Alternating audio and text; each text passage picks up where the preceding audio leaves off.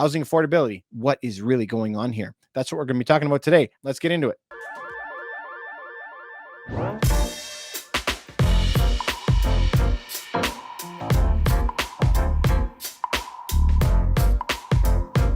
Ladies and gentlemen, hi, my name is David Ruff, and I operate in the beautiful city of Toronto, Canada. Now, today we're going to be talking about the housing affordability indexes compared to what the Toronto Real Estate Board and other boards are telling us, what are the prices of them, because we have to actually take this information that they're giving to us and try to decipher it on our own, because the reality is always somewhere in the different. Do you know how sometimes you will send before a judge? If you ever had to go before a judge, the plaintiff might say one thing, the defendant might see the other, and maybe, just maybe, the truth will be somewhere down the center. So you have to hear all sides and you have to figure out for yourself. All right, guys, let's pull up the first document that we're going to be talking about today. My goodness, is this ever a crazy one? All right, so this is the Housing Affordability Monitor. You can get this by going to the National Bank of Canada. Just type in Housing Affordability Monitor. You can see the title right at the beginning, Housing Affordability, the worst deterioration in 41 years. You cannot take that lightly. You cannot take that lightly, that it is the worst deterioration in 41 years. If you go and look at this, housing affordability has worsened by 10.4% in quarter two, 6 consecutive quarters. Now, what I love is I love charts. I love them like crazy. So if you go to the National Bank of Canada, you can see that exact report. But there is a chart here that shows that in 1981, the cost of, now this is kind of hard to conceptualize, the median mortgage amount compared to the median income amount. Median mortgage versus median payment. Okay.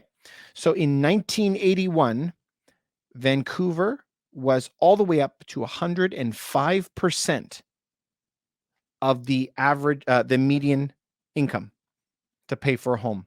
How could you pay over 100% of the median income for a home? Absolutely crazy. That was the absolute high.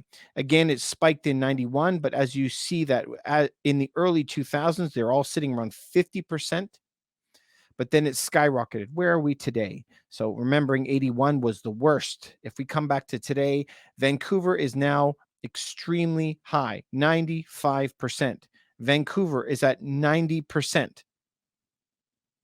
You cannot have price rises like that without some severe consequences. That's going to happen no matter how we slice it, right? Now, this document has a ton of data in it, and it's nice reading it, but there's a lot of charts. I think the charts is where you're going to get the most value from all of this stuff. Now, the difference between these guys, worst deterioration, 41%, 91%, 100% for housing,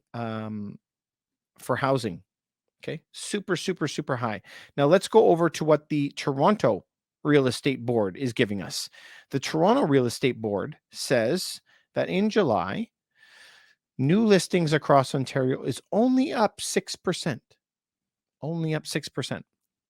Then if we go down a little bit, it says the average price of homes sold is only gone down 0.5%. I need you to look at this. 6%, only 6% more listings. Don't worry about it. Nothing to worry about. Okay, then we look at the price has only gone down 0.5%. 0.5. So this is where we now have to start figuring out for our own, what is the truth behind all of this? Because number one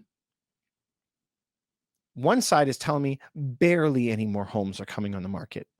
The price has barely fluctuated at all. Number two, we have the other report from the National Bank of Canada saying it's the worst deterioration in affordability in 41 years. So where is the truth? Where is the truth behind these two different things, right? And this is where you have to figure that out, because as we're going through the markets looking right now, we have one home that we're selling over in London. There was 0 homes for sale for 6 months. And now there's like 15 or 16 homes for sale. The prices of those townhomes, while we're talking about it, went from $850,000 and have dropped down to $650,000. In Toronto, the city of King is down 50%. We're talking about detached homes. Brampton, prices are down 40%. Mississauga, it's down 35%. But if you come and look at the numbers that they're giving you, they're saying, don't worry, it's only down 0.5. But again, this is what happens when you look at data across an entire province where there's so many people living. In addition, if you look at the Canadian Real Estate Association, so these are the guys that are promoting the interest of real estate and agents across the country. They said home sales are down, yes, but there's more, only 6% new listings, barely anything. And the average price of homes sold across Canada is only down 5%. People wouldn't even sneeze at 5%. They wouldn't even care about that. Now let's look at this map. So all across the West, including BC, up 2.7%. Man, the only places Ontario that is down, and the Maritimes are on fire, 26%, 23% up, and 18% up. That is not what is happening in the individual markets. This is why I always say that real estate is so subjective, because there are a million markets inside of one market. So I live in Toronto, Ontario. So you can be in one neighborhood, one tiny neighborhood, only a couple blocks across from each other. And in that one neighborhood, there'll be a commercial property that is down in value and a small townhouse that is up in value. And then you can also have a small condo that's up in value and a detached home that's cratering in price, all within 2 blocks. So it's not just the neighborhoods that matter, it's the type of property that you actually are in. That's the main thing. So just really pay attention to this, because to me, these types of numbers are incredibly deceptive. So this is not what we're seeing in reality, just so that you know. But what we are seeing are these numbers when it comes to affordability. Interestingly, if we look at the National Bank of Canada again, under the global perspective on housing affordability, we can see that the number one place with the most inflation, this is bad, right? The number one place is Turkey. It's up 50%.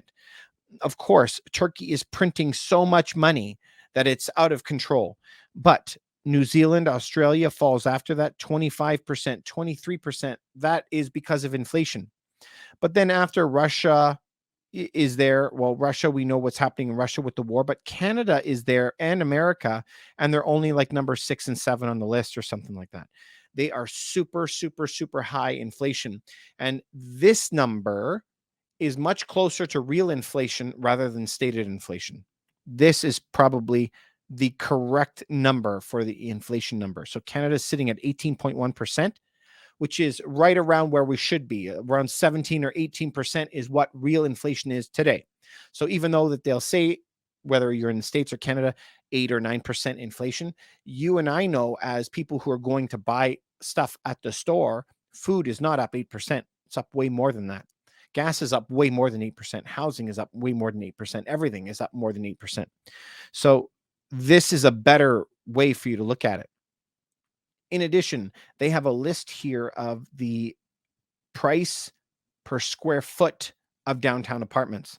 Hong Kong is the greatest price. It's absolutely crazy. $3,000, $3,200 for 1 square foot downtown. Absolutely crazy. New York City sitting at $1,900 or $1,800. Now, if we go down, Vancouver is sitting here at $878 a square foot, and Toronto is at $854 per square foot. Remember, Toronto is not selling at $854 a square foot for most condos, but they're including not just the downtown, the entire city, including some of the suburbs, and they're including the big properties and the small properties. They're including all the different kinds of properties. So that makes a big, big, big difference.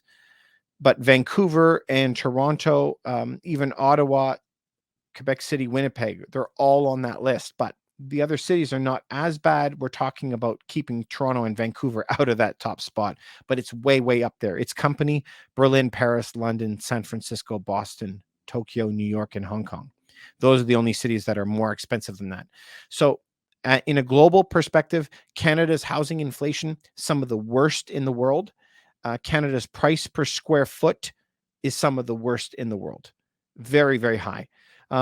when we look at perspective on non-condos affordability, so that is buying an actual home, these numbers are even worse than us looking at the blend between condos and home. If we take a look at this, it says that for you to live in Vancouver, 120% of your income has to go to housing. You see that? 120%. How can I spend more than 100% on anything, first of all? But how can 120% of the average income go to paying off a mortgage payment? In Toronto, we are now at 98%. 98% in Toronto of an average income to pay for an average mortgage payment. Absolutely crazy. We cannot keep going like this. So it's not really a surprise, right? That it has gotten this bad. But ever since what happened in 2020 happened, we printed so much money that the prices of everything gone up. So you've seen the price of everything from food and energy and everything go up by 50%. And that's what we have to be careful of. So my caution to you is use your own knowledge base, what you know. Try to read books like this. The End of the World is just the beginning. Ray Dalio's really good book. Like, I'm not paid to recommend them. I'm just saying that they're fantastic books. But expand your mind and see where we are, because you're going to have to make some moves. And if we don't, we're going to get smooshed. And I don't want that. Anyway, you guys, I'm always here for your health, wealth, and happiness, as you know it. And if you know one person that this can actually help, I'd love it if you could send it to it. Please remember to subscribe to this. Send it to somebody, like this video, hit the notification bell just to let you know when I put out a new thing. I'm trying to put out new videos every day to keep you up. This is a crazy world and things are changing every day. So we got to be on it. Anyway, I love you guys. Thanks very much. Have a great night.